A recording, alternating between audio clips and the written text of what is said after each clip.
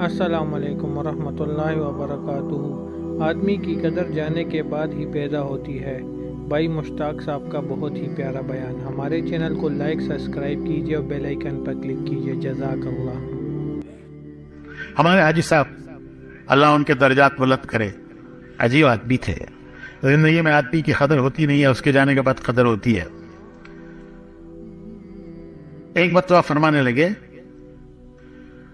کہ دیکھو تمہارے دل میں کوئی بات آئے تو تم اسے مشورے میں رکھو، تمہارے ساتھی قبول کر لیں تو ٹھیک ہے، اور اگر تمہارے ساتھی تمہاری بات کو قبول نہ کریں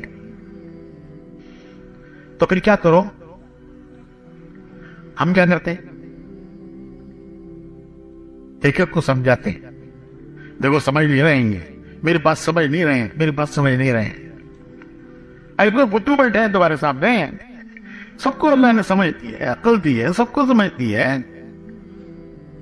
تو حاجی صاحب کہنے لگے کہ دیکھو تمہارے دل میں ایک بات آئی ہے، تو اپنے ساتھیوں کے سامنے رکھو، اگر وہ قبول کر لیں تو کرو، اور اگر وہ اسے قبول نہ کرے تو اللہ سے کہو کہ اللہ تو ان کے دل میں ڈال دے،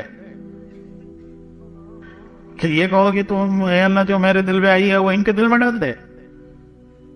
نہیں، اللہ سے یہ کہو کہ اے اللہ جو میرے دل میں آئی ہے اگر تیرے نزدیک یہ مفید ہے تو میرے ساتھیوں کے دل میں بھی ڈال دے، اور اگر تیرے نزدیک یہ مفید نہیں ہے تو میرے دل سے بھی نکال دے۔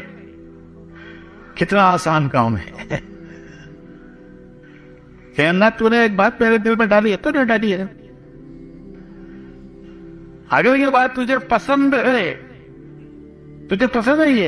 تو میرے ساتھی کے دل میں ڈال دے، اور اگر تجھے یہ پسند نہیں ہے تو میرے دل سے بھی نکال دے، بس کتا تو قصہ۔ اور کبھی جھگڑا، یہ سارے مشورے بہت ہیں،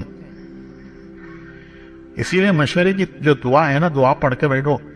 اب تو دعائیں پڑھنے لگ گئے، حالانکہ دعا مانگنے کی چیز ہے، پڑھنے کی چیز نہیں ہے، مانگنے کی چیز ہے۔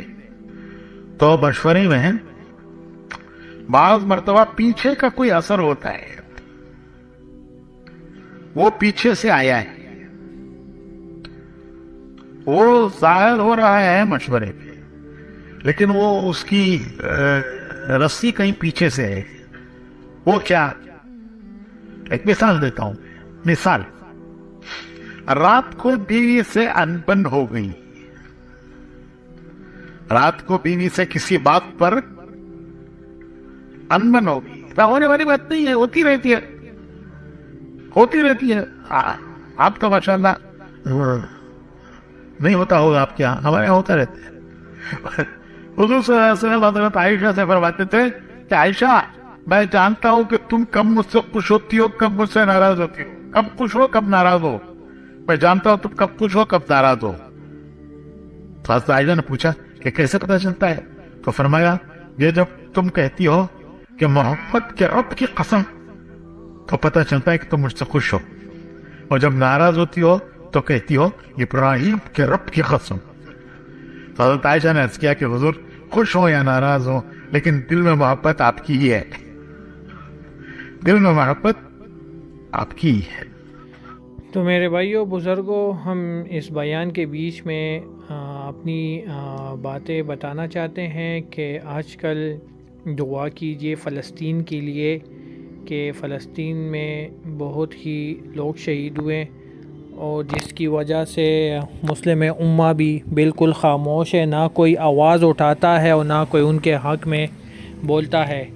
تو تمام مسلم کنٹریز کو چاہیے اور پاکستان کو بھی چاہیے کہ ان کے حق میں آواز اٹھائے، ان کے حق میں اپنا فیصلہ کرے، تو اسی میں ہماری بلائی ہے، نہ کہ 2-3 مسلم امہ ان کا ساتھ دے، بلکہ تمام مسلم امہ سے ہماری اپیل ہے کہ فلسطین میں حالیہ جو تباہی ہو رہی ہے، جنگ ہو رہی ہے، اس میں بھرپور کردار ادا کرے، اور اپنی ہر نماز میں ان کے لیے دعا کیجیے تاکہ یہ مسئلہ حل ہو جائے اور اللہ ان یہودیوں کو نیست و نابود کرے۔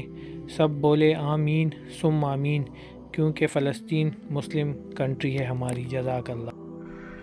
تو بھائیو اس میں بڑے ضبط کی ضرورت ہے، بڑے تعامل کی ضرورت ہے، تعامل کی. تو میرے بھائیوں بزرگوں، جس طرح ہم نے مشتاق بھائی کی یہ پیاری کارگزاری سنی، تو اس سے جو ہمیں نتیجہ اخذ ہوتا ہے، ہمیں انہی باتوں پر عمل پیرا ہونا چاہیے اور دین کے کام کو بڑھ چڑھ کر کرنا چاہیے. اسی میں ہماری آخرت کی بھلائی ہے. باقی کچھ بھی کام نہیں آنے والا. کم سے کم 5 وقت کی نماز پڑھنی چاہیے باجماعت اور تبلیغ میں جانا چاہیے. اسی میں ہماری آخرت کی بھلائی ہے. ہمارے چینل کو لائک سبسکرائب کیجیے. جزاک اللہ.